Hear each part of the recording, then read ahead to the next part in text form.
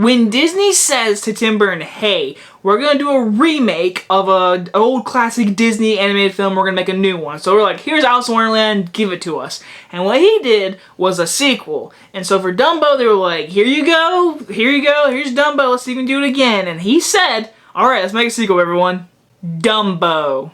This movie is directed by Tim Burton and is the new Disney live action thing they're doing, because in every other movie, we have to make a live action of every Disney classic, because one day we're going to get Toy Story, and that's the day I'm going to be like, nope, no thank you, I'm done with it. But for now, I've been enjoying most of them. Of course, everyone doesn't like Maleficent and all that kind of stuff. Not a lot of people really like Alice in Wonderland, especially the second one, but everyone loves Beauty and the Beast, Cinderella, and of course Jungle Book, and soon to be Lion King. So all the live action movies I've mostly enjoyed seeing. I like the live action versions. So with the new one coming out, I was like, alright, so now they're doing Dumbo, and they said Tim Burton. The first thing I said, I can totally see that. Like, I could totally see him do it. And the first one came out in 1941, and it is an hour and 4 minutes long.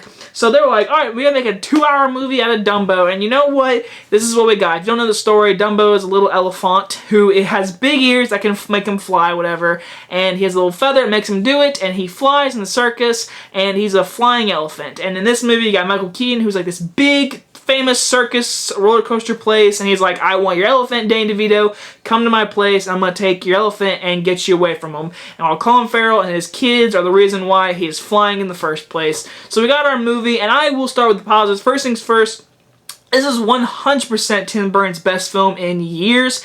I'm not saying he's back to his old Beetlejuice like days and Batman and stuff like that and Edward Scissorhands. Nowhere near that, but watching it, I was like, this is a Tim Burton film.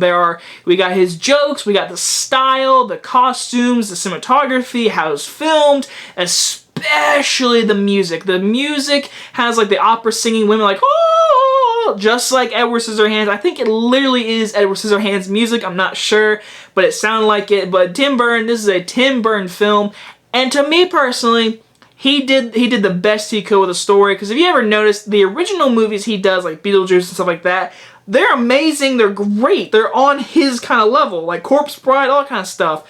But then you get these movies where it's like, we're giving you a script, adapt it. He never lands it. I'll say this movie's way better than Alice in Wonderland, and I think he did a good job. I think this is the best adaptation he's ever done in his career. Again, I thought he really did his Tim Burton style, and he gave it what it was, the family fun movie. Also had some dark tones to it, especially with, of course, the mom in certain scenes. But again, I did enjoy his directing. The acting, for the most part, worked.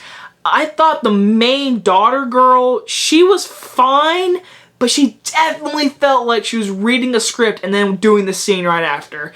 Colin Farrell, I know a lot of people like Colin Farrell, but his accent went in and out like that the entire movie. He has a southern accent, and the first few lines he says, I was like, so he's talking like his normal Irish, Scottish self, whatever? No, he's talking southern. I was like, whoa. Where did that come from? There are times where he does not have that southern accent, so I will say he did not land that accent. Eva Green, she was spot on. She was perfect in the role. Danny DeVito, he made the first half of the movie really entertaining. He was great in this role.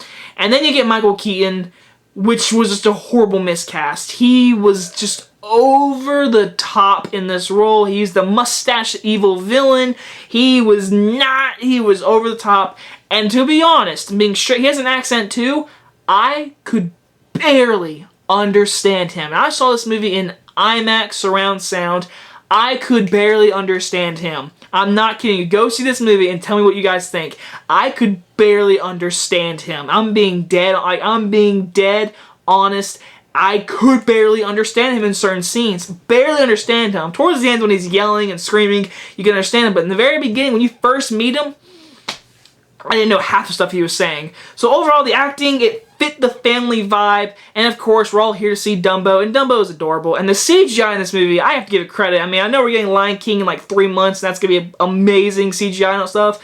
But I give the movie credit here. The CGI in this movie was really good. There was like a few scenes where it was like, alright, that's CGI. Like a certain scene where like a certain character is on Dumbo and they're flying around. You're like, alright, that's a CGI human on an elephant. But when he's not like that, and the elephant's just walking around and looking at the camera, he's freaking adorable. We all love him. I mean, he is really cute. I can't lie. And the CGI looks really good on them. But overall, it is a Tim Burton film. The comedy aspect, the darks, there's like one good scene in this movie that's definitely like a darker scene.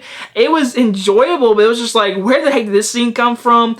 It definitely has the score. Danny Elfman's music is literally, I mean, it's Danny Elfman.